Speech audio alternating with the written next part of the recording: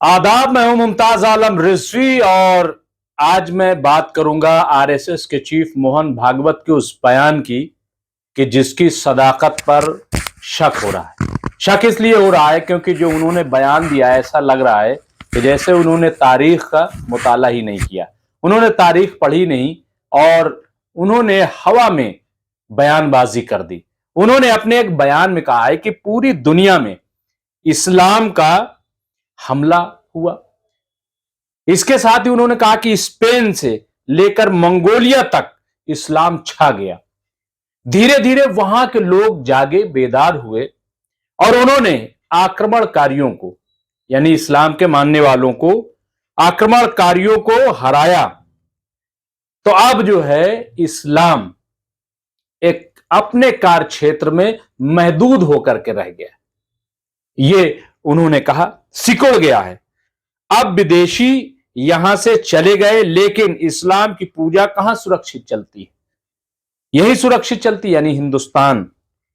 आपस में भेदों को ही बरकरार रखने वाली नीति चलाना, ऐसा करेंगे तो कैसे होगा?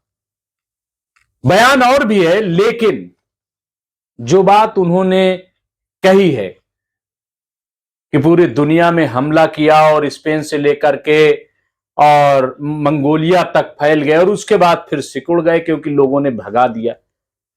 क्या यह बयान वाकई ऐसा ही है? क्या इसमें सदाकत है? और क्या इस्लाम जो है वो अपने कार्य क्षेत्र में सिकुड़ गया है? कौन सा कार्य क्षेत्र है? इस पूरे मसले पर आज हम बात करेंगे। हमारे साथ मौजूद हैं डॉक्टर तस्लीम रहमानी साहब, जो कि मुस्लिम स्कॉलर हैं, दानिश्वर हैं और हालात पर नजर रखते हैं, और न सिर्फ हिंदुस्तान की सियासत बल्कि आलमी सियासत पर भी बड़ी गहरी नजर है। डॉक्टर साहब, आपका बहुत बहुत खैर मकदम है। बहुत शुक्रिया डॉक्टर साहब, ये जो बयान दिया है मोहन भागवत जी ने, आपको क्या लग रहा है कि इन्होंने क्या पढ़ा नहीं, चीजों को देखा नहीं? मतलब कैसे इन्होंने ये बयान दे दिया? आपको क्या लग रहा है कि 57 तो मुस्लिम मुल्क हैं? देखिए, आजकल एक बहुत ही मशहूर यूनिवर्सिटी का नाम सुना होगा आपने, व्हाट्सएप यूनिवर्सिटी। तो मुझे लगा उनका बयान पढ़ के, सुन के कि यही उसके चांसलर हैं। अच्छा। व्हाट्सएप यूनिवर्सिटी के चांसलर मुझे लगा यही है, इसलिए कि इतनी बड़ी एक ऑर्गेनाइजेशन है। हाँ। और अब तकरीबन 100 साल की हो जाएगी, 98 साल की है।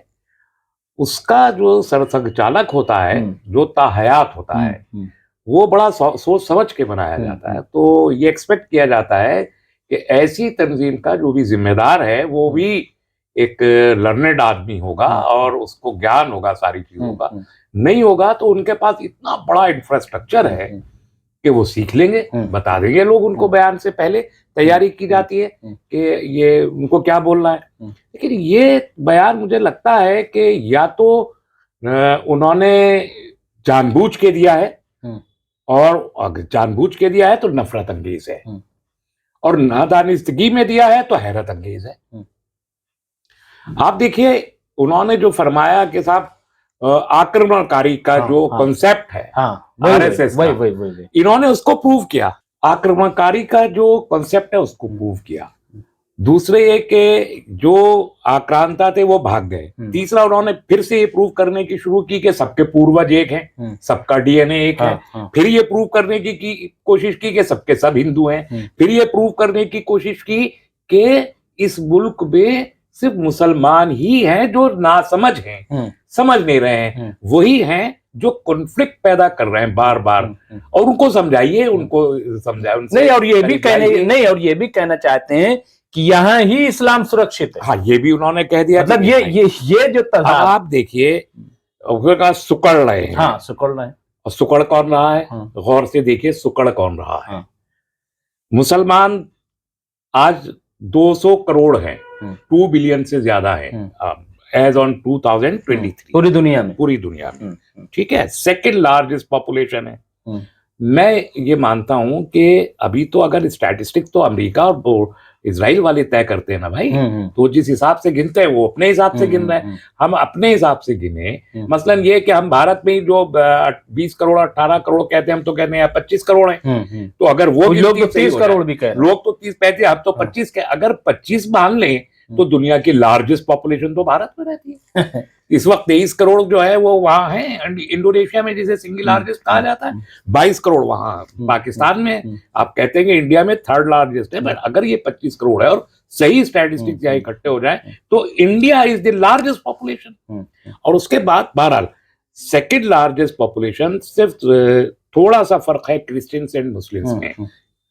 57 मुल्कों में सरकारें चला रहे हैं और 195 मुल्कों में कोई मुल्क ऐसा नहीं है जहां मुसलमान और इस्लाम नहीं है, नमाज नहीं पढ़ी जाती और अजान ना होती हो। कोई मुल्क नहीं है इस ग्लोब का अंटार्कटिका से लेके साउथ पोल से नॉर्थ पोल तक कोई मुल्क नहीं जहां मुसलमान।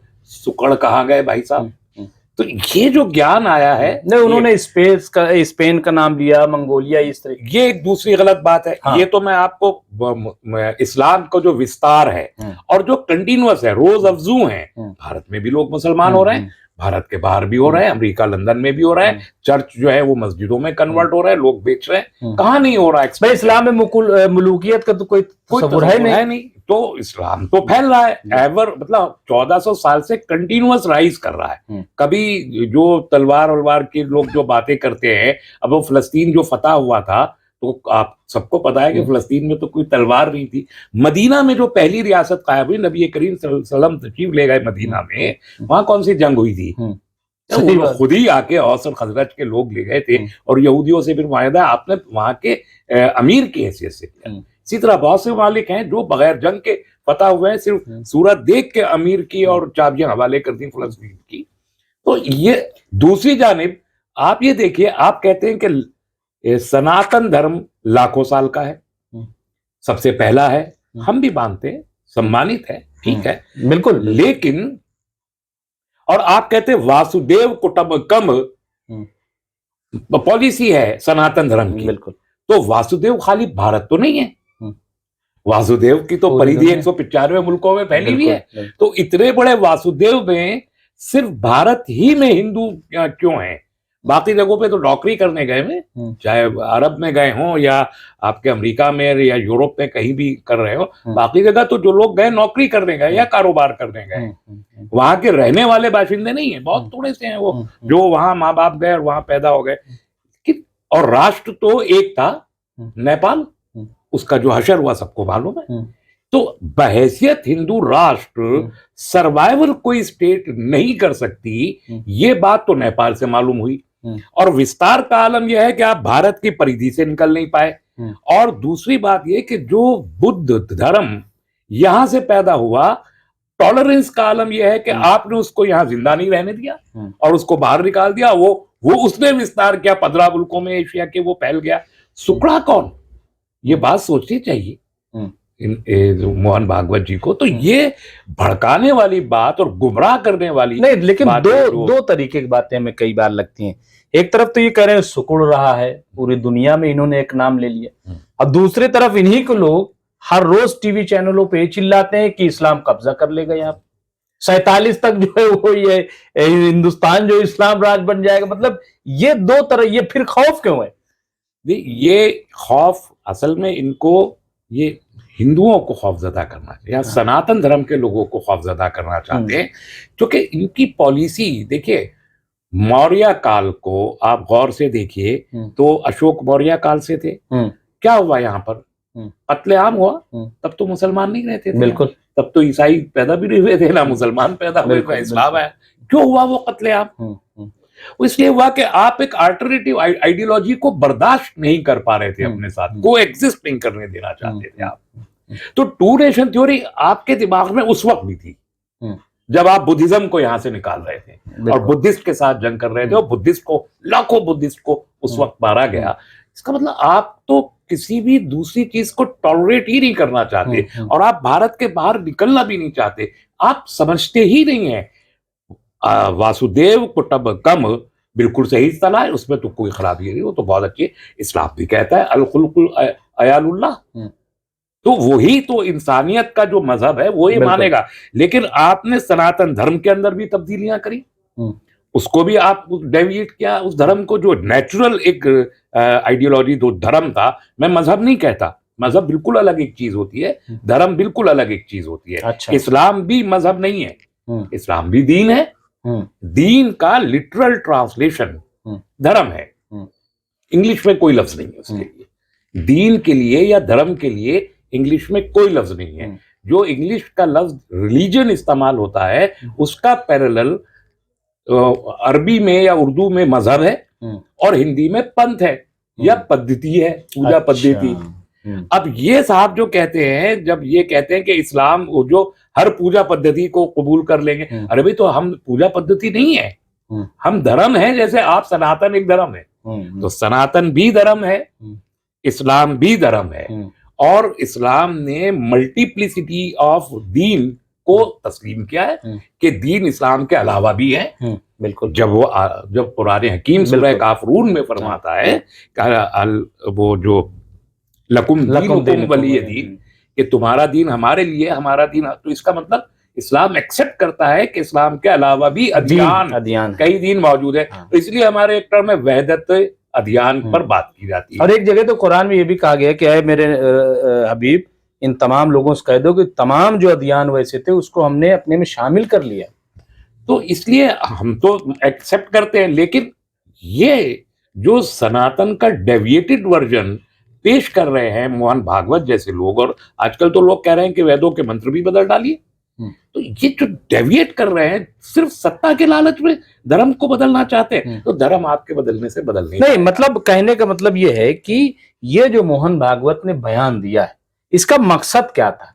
क्यों इस तरीके का मकसद हिंदुओं को डराना और मुसलमानों के खिलाफ नफरत पैदा करना, और एक ऐसी बात करना कि जिसका कोई वजूद ही नहीं है। ये तो साबित शुदा है, जो तो करने की बात कर रहे हैं, साबित शुदा है कि वो गलत बात है। तो आप तारीखी तौर पर भी गलत नहीं, इन्होंने कहा कि जब लोग बेदार हुए तो आक्रमणकारियों को भगाया। कहाँ भगाया? तो वही हम जानना चाहते हैं कि क्या जो मुगल आए, क्या वो भाग गए थे, उन्हें अंग्रेजों ने भगाया या अंग्रेजों को भगाया गया? और अंग्रेजों को भगाने में तो सब शामिल थे। देखिए, और ये जंग जो है बहादुर शाह जफर जो आखिरी मुगल बादशाह थे, वो उन्होंने शुरुआत की थी।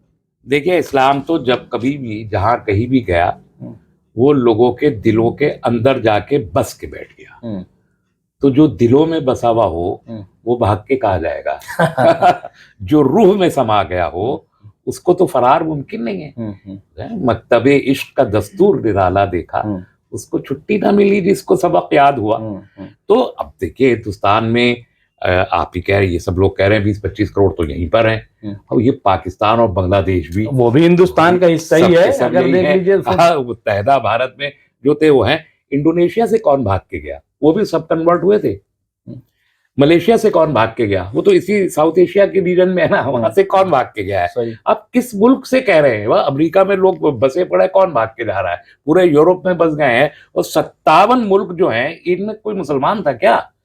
सब तो बाद में मजहब है। तो सबसे लेटेस्ट रिलीजन है, आखिरी मजहब है जो आया है, ये आखिरी दीन है जो आया है। उसके बाद जहां गया वहीं का। तो क्या ये 57 मुल्क, मतलब इन्होंने पढ़ा ही नहीं कि 57 मुल्क में? अल्लाह सवाब, वही मैंने कहा कि वो चांसलर है व्हाट्सएप यूनिवर्सिटी के, कुछ तो पढ़ा होता। भाई पूरा OIC मौजूद है, ऑर्गेनाइजेशन ऑफ इस्लामिक कंट्रीज मौजूद है, अरब लीग मौजूद है, ओपेक मौजूद है, यूनाइटेड नेशंस में लोग जाके देखते हैं कहाँ पे क्या है। आपको इसका कोई अंदाजा ही नहीं है।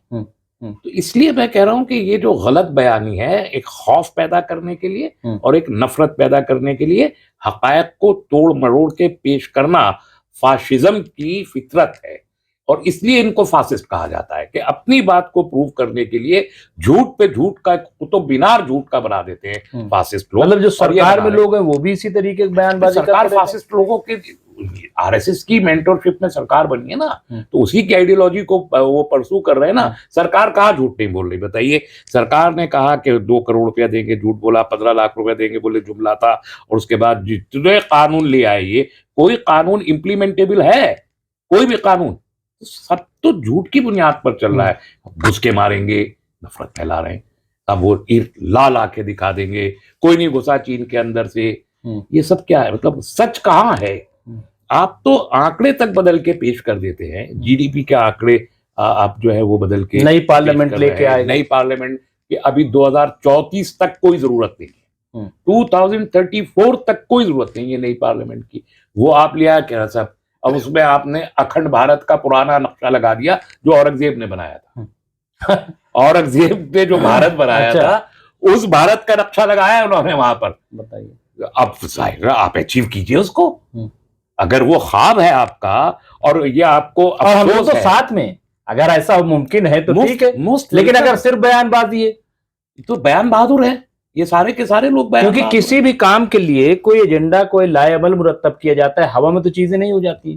तो म्यांमार से लेकर अफगानिस्तान तक का अगर भारत चाहिए तो हमसे will be more than happy, हमसे ज्यादा खुश कौन होगा, लाइए। अब वो एक साहब हैं, वो बाबा बन गए आजकल, एक बागेश्वर वाले, क्या नाम है उनका, वो भी धीरेन्द्र शास्त्री थे, कल कहीं नाच रहे थे वो मोर के सामने, मैंने देखा। धीरेन्द्र शास्त्री नाम है उनका। अच्छा ठीक है, मैं बहुत ज्यादा इंपॉर्टेंस देता नहीं। फिर पाकिस्तान में जाएंगे तो मैंने सोचा कि जितनी जल्दी हो ये पाकिस्तान जाए और उसको हिंदू राष्ट्र बनाए, और उसमें जितनी कोशिश हो हम भी कोशिश करेंगे। मैं तो चाहता हूँ हो जाए, से फारिग हो के फौरन नेपाल जाएं, यहां से जाएं कम से कम 2024 तक यहां से जाएं, पाकिस्तान को बनाएं वो हिंदू राष्ट्र, उसके बाद फुर्सत मिलती है नेपाल जाएं और उसको दोबारा से हिंदू राष्ट्र बनाएं। ये चैलेंज कर रहा हूं, दो मुल्कों को वो हिंदू राष्ट्र बना के आ गए तो भारत तो बनाया है। आप क्या है और मोहन भागवत जी कहते भी हैं कि तो है ही हिंदू राष्ट्र, तो प्रधानमंत्री और राजा सब कुछ जो है वो धीरेन्द्र शास्त्री जी बन जाएंगे, लोग पैर धो धो के चरण अमृत पिएंगे उनका। वो करे तो जाके खाली बयान बहादुर यहाँ बैठ के बयान खाली, अब वो कह रहे क्या सुदर्शन चक्र घुमा के लोगों को सही कर दो, तो ये, लेकिन अभी सिक्योरिटी ले ली तो सुदर्शन चक्र नहीं होगा उनके पास, उनको कहीं से गधा मंगवा के दी, आखिरी वो सैनिकों ढूंढ के लाए हैं मोदी जी, उनको कहीं वो गधा हनुमान जी का मंगवा के उनको भिजवा दीजिए तो उन पर एक उपकार होगा। नहीं तो आखिरी सवाल बस आपसे कि क्या इस किस्म की बयानबाजी से इनको लगता है कि 2024 में हम दोबारा आ जाएंगे? देखिए 2024 में तो इन लोगों के आने के इम्कानात बहुत रोज बरोज ये खुद ही कम करते जा रहे हैं अपनी ये जुमलेबाजी से, झूठ से, नफरत से। जितना ये नफरत फैला रहे हैं उतना कमजोर हो रहे हैं, ये बात इनको अभी समझ में नहीं है। जहां तक हमारा ताल्लुक है, हमको कोई इशू नहीं है। यहाँ तो 1400 साल का जो मद्दोजजर है इस्लामी तारीख का, वो इतना दरख्शां है, और उसमें तो हमने, देखिए मंगोल बहुत सफाक कौम थी। मंगोल में मुसलमान गए नहीं, कह रहे स्पेन से लेके बताइए, मंगोल में तो गए नहीं, जहां गए थे वहां से निकले नहीं। तो अब वो मंगोलों ने 11वीं सदी से 13वीं सदी तक मंगोलिया से शुरू करके और पूरा ये जो अभी मौजूदा रूस और यूक्रेन का इलाका है, सीधे चलते हुए ब्लैक सी को पार करते हुए ये मेडिटेरियन सी तक चले गए, तुर्की तक चले गए और यूनान के करीब तक पहुंच गए, और इन्होंने 200 साल मुसलमानों का कत्लेआम किया है। 200 साल लगातार। इतने सफाक होने की जुर्रत अभी यहाँ पर आरएसएस के लोगों में नहीं है जितने मंगोल थे। और 200 साल के बाद क्या हुआ, वो खुद मुसलमान हो गए। तो अल्लामा इकबाल ने कहा कि है आया यूरिशे तातार के अफसाने से, पासबा मिल गए काबे को सनम खाने से। ये शेर ये अल्लामा इकबाल ने कहा ना, जिनको अभी हिसाब से पॉलिटिकल साइंस के निकाला, उन्हीं अल्लामा इकबाल का शेर। तो हमारी तारीख ये है कि हम 200 साल हमारा कत्लेआम किया जाता है, और वही फिर जो कातिल है वही हमारा जो है वो मोहसिन बन के खड़ा होता है और हमारे दायरे में आके अमन और सुकून तलाश करता है, और फिर 700 साल दुनिया अमन का सांस लेती है। तो मतलब ये जो बयान दिया, ये कोई सरपैर इसका है नहीं। देखिए ये शिवाजी की जयंती पर खड़े होके ये बोल रहे थे, और शिवाजी ने क्या कहा, इन्होंने कोट किया वो लफ्ज, पता नहीं कैसे इन्होंने उसको कोट कर दिया, हिंदवी सौराष्ट्र, नॉट हिंदू सौराष्ट्र। शिवाजी ने हिंदू का लफ्ज इस्तेमाल नहीं किया, हिंदवी का मतलब भारतीय, इंडियन। और हिंदवी से तो किसी को एतराज ही नहीं, कोई प्रॉब्लम नहीं है हिंदवी से।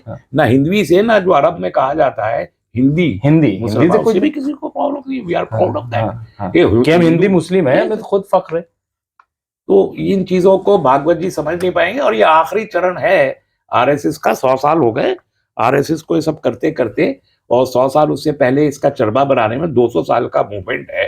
देखिए इस्लाम का मूवमेंट 23 साल के अंदर आया भी, छाया भी और जारी भी है कि नहीं है? 23 ईयर में एक आइडियोलॉजिकल रिवोल्यूशन आया और आज दुनिया का सेकंड लार्जेस्ट प्रैक्टिसिंग रिलीजन है।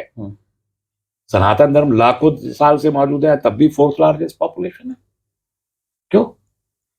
ये सोचना चाहिए। तो हमको जो रिवोल्यूशंस होते हैं, जेन्युइन रिवोल्यूशंस, वो सस्टेन करते हैं, और जो फर्जी रिवोल्यूशन होते हैं हवा में नफरत के आइडियोलॉजी पे, वो सस्टेन ही नहीं करते।